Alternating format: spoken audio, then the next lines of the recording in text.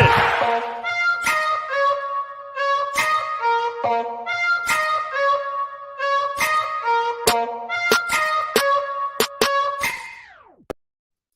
What is going on, everybody? Welcome back to DSM Pregame Live, Philadelphia 76ers versus New Orleans Pelicans preview. I am one half of your host, Dylan Davis. You can find me on Twitter at DylanJD98. To my right, my co-host here on the pregame slot, my man Scotty. Check him out on Twitter at Scotty Drown, and we're streaming to you exclusively on DSM Media's YouTube channel. If you guys are new to the channel, make sure you check us out on Twitter at DSM_media. Hit that follow button. We greatly appreciate it. While you're on the page, you can check out the link tree in our bio that will take you to all platforms we are available on.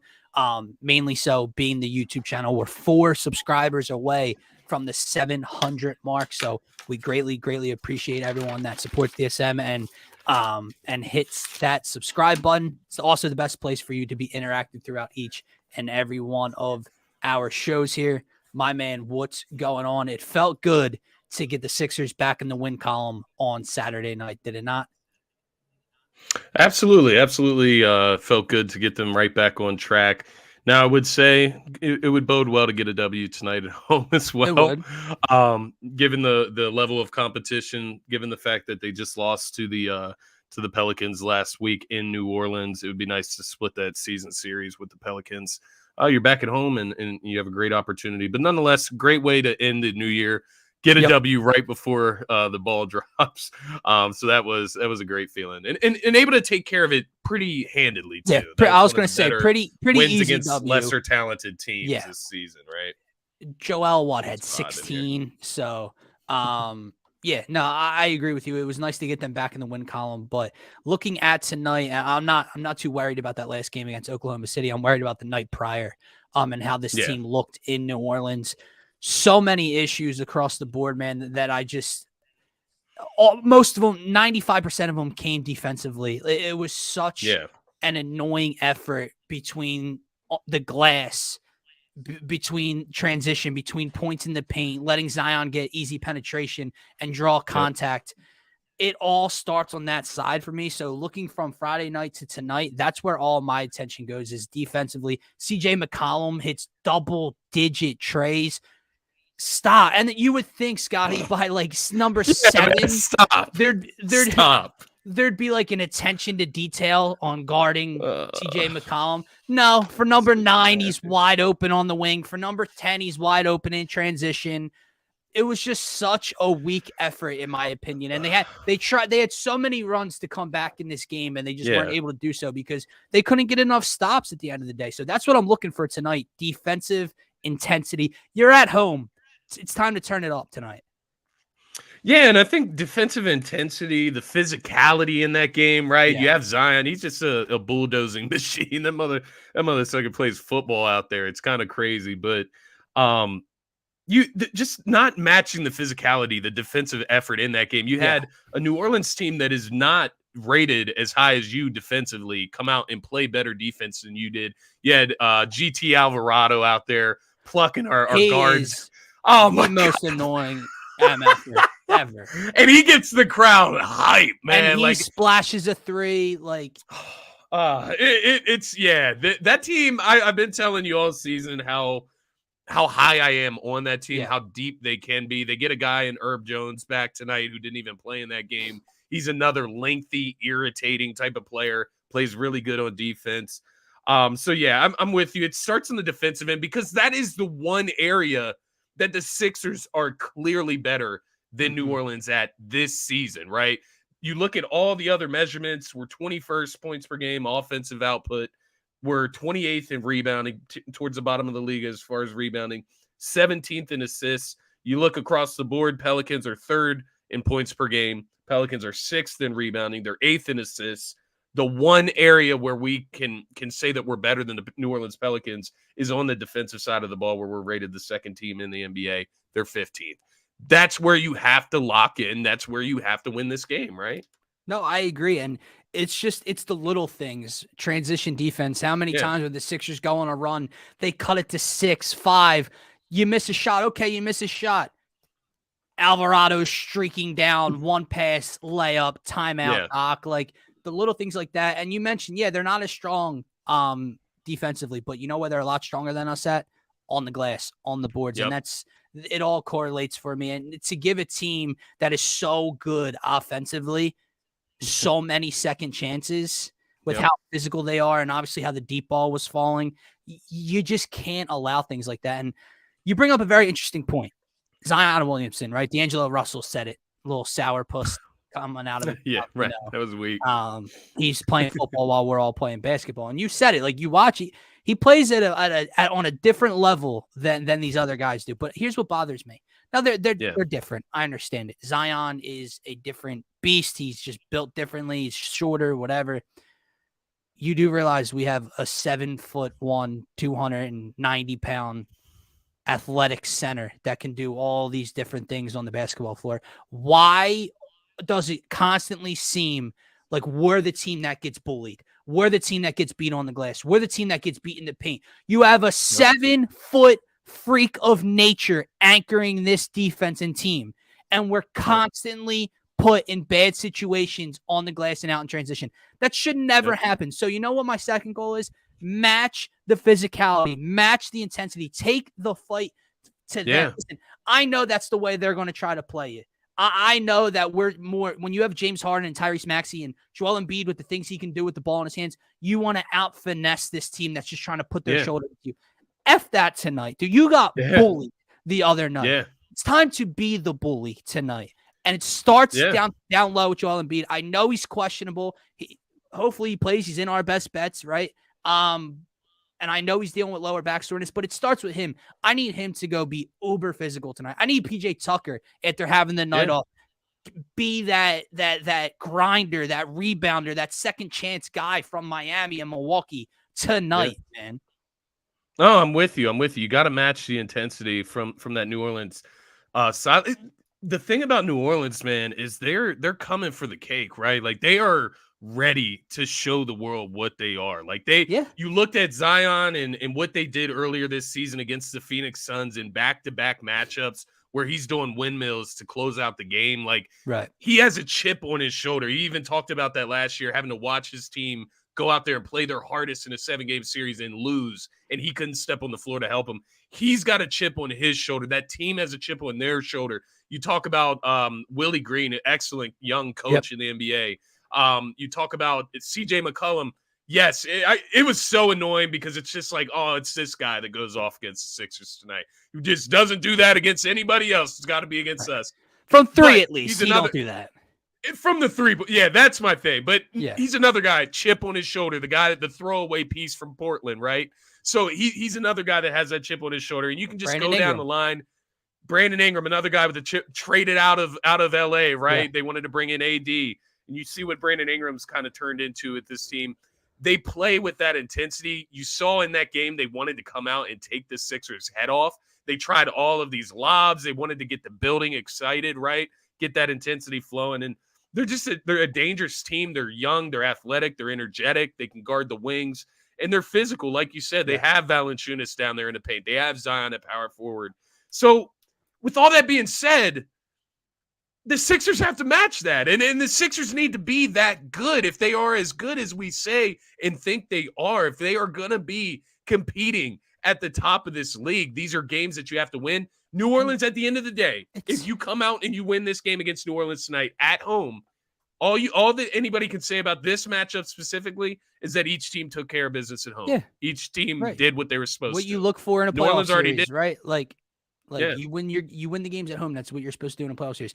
I'll tell you what really bothers me. We just got done doing a show talking about our Philadelphia Eagles, and we were all fired up about controlling the controllable and what you can do and how simple it is. And when they don't do those things and they lose, it bothers you. So we're talking about being aggressive and physical and being the bully tonight. It bothers me because all it is it's simple. It's effort. It's want to.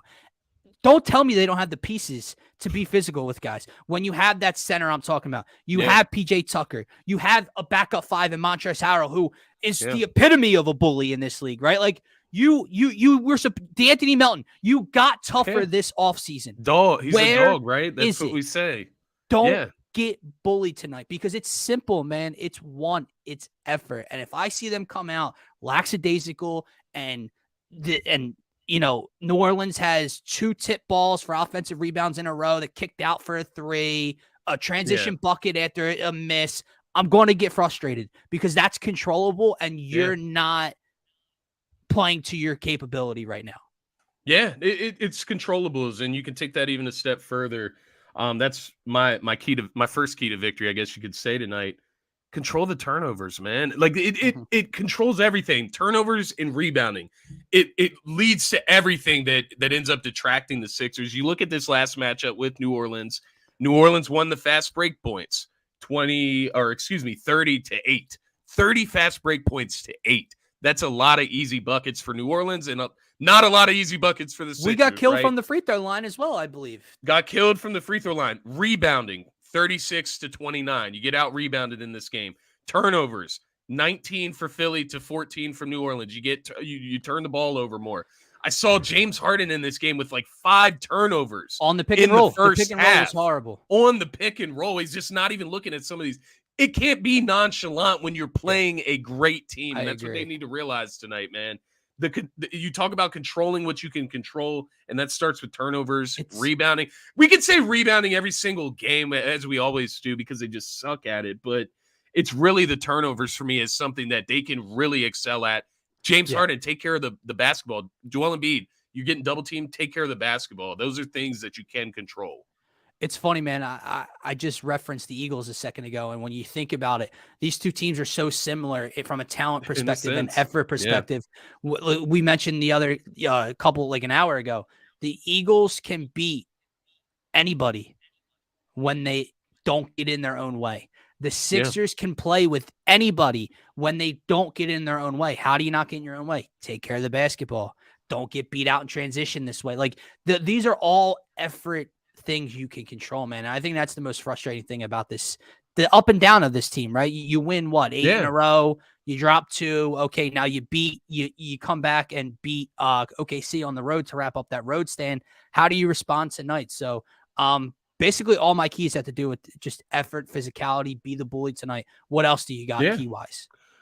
Key-wise, share the ball, right? We talk about Embiid. You got to get him set up in position, but it doesn't mean that he can't get his shots, right? It doesn't mean that Embiid doesn't get 35 points in this game, right?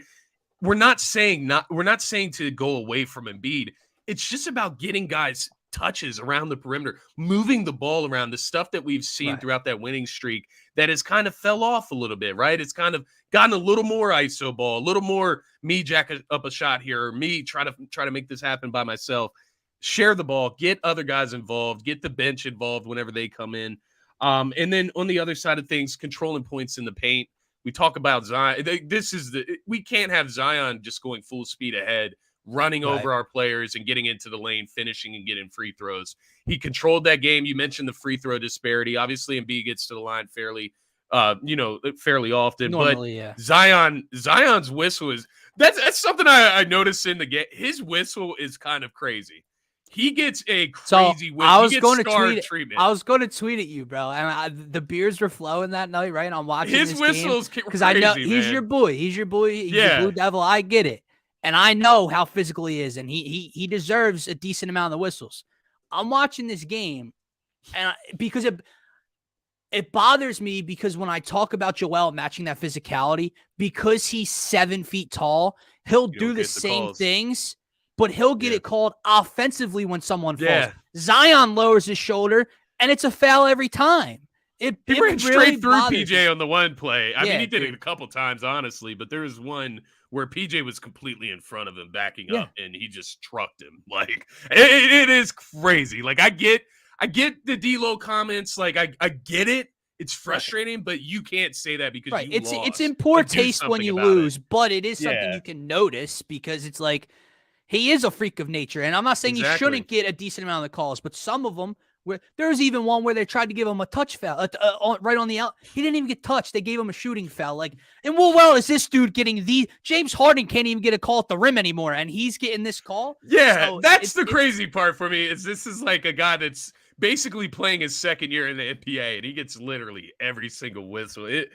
It is kind of insane watching that, transpire in that game. I I agree, really man. started to notice it because I obviously have a bone to pick with it when it's against my squad. Yeah. Like it's different when I'm watching the Pelicans versus everybody else and he It's goes like, oh, beast mode. haha. But when he does Yeah. it against us, it's pretty annoying. But Yeah, man. yeah, just controlling the points in the paint. But really, that goes to say controlling Zion, really keeping your focus, knowing where he's at all times because he can piece you up, man, in spurts. Yeah, You man. saw it in that game. He can get 10 in a row if he needs to, if he gets going. So just kind of keep him under control in a sense is a key to victory here. He's that good, I think. You Yeah. talk about night to night going against these players. He's that good, and he's such a weird matchup, man, because like we talked about with like him, the way he plays and kind of bulldozes through bodies in the paint.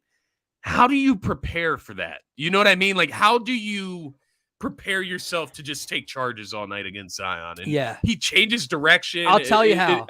I'm not trying to sit here and hype him No, up or anything no, like no. that. He's just I'll tell you. crazy matchup. It comes down to your point of points in the paint and transition for me.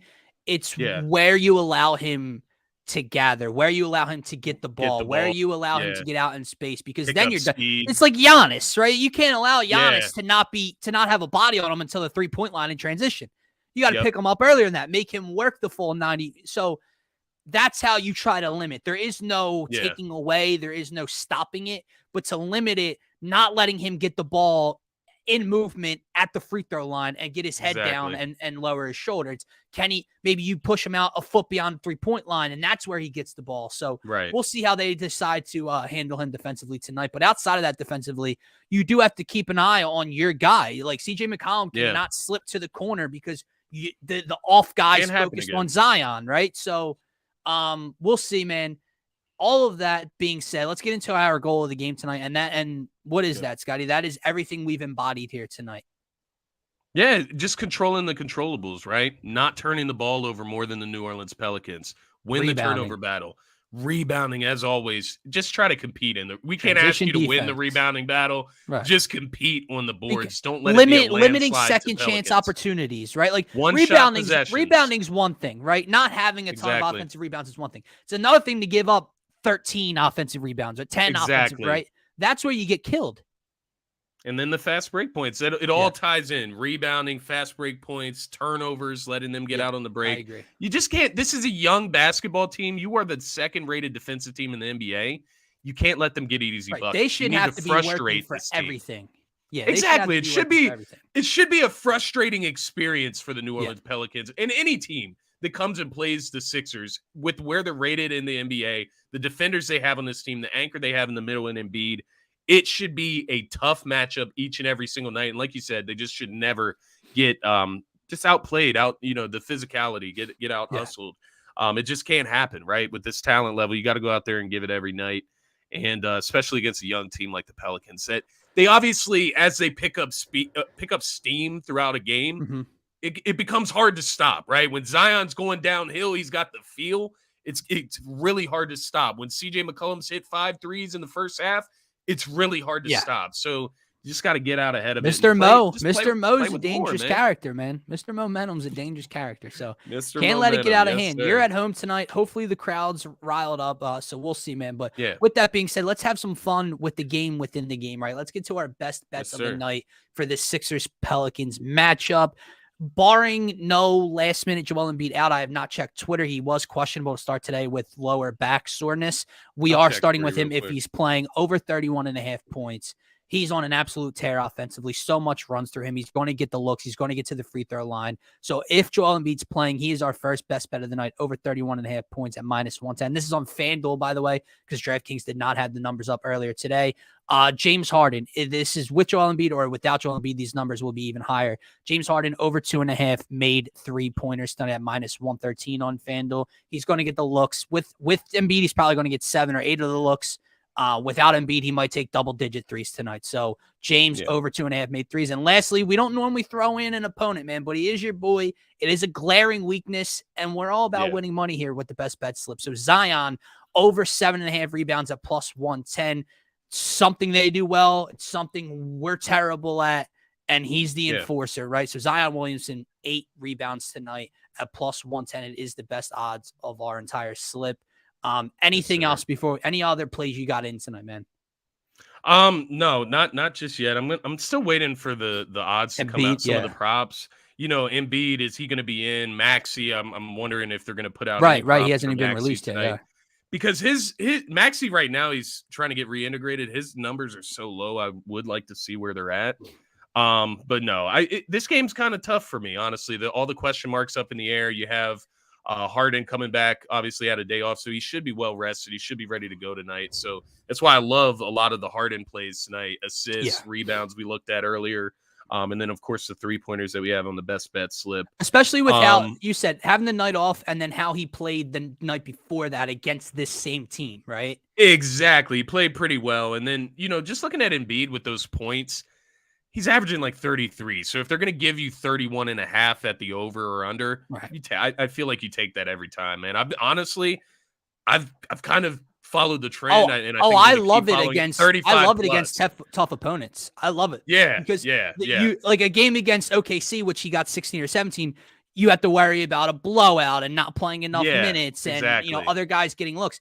A game like tonight, he's going to have to carry the offense in a big way. You talk about whenever he's it. playing against a big star, I think he steps up for those moments too. He's at least going to take the shots. Right, tonight, he's locked in. He might not be hitting like he always is, but he's going to get the shots. He's going to take the shots. He's going to try to dominate tonight to match Zion. So I do love the Embiid points. Anytime we have a tough opponent, it's nice to have that available.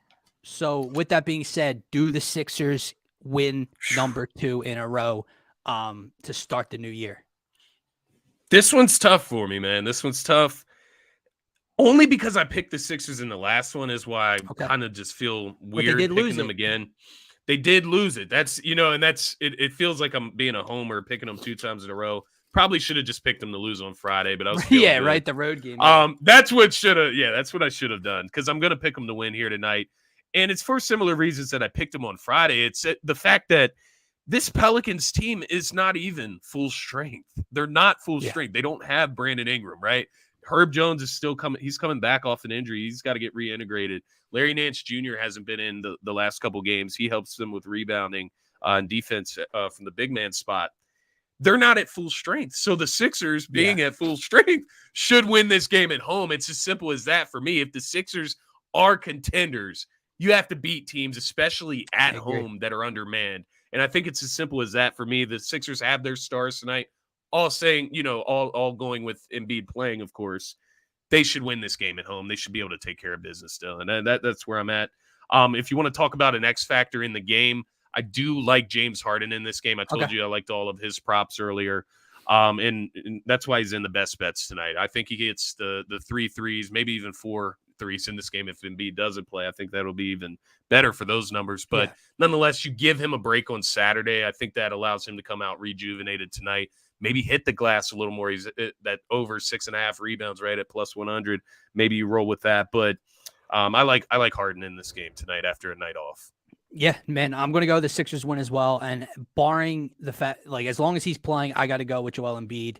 You had that loss against the same opponent on the road a couple nights back, even though he played his ass off. That's part of it too. Yeah, that's part of why they need to win this game. Yeah, I think he carries them. I honestly can see him going for 40 tonight as long as he's healthy.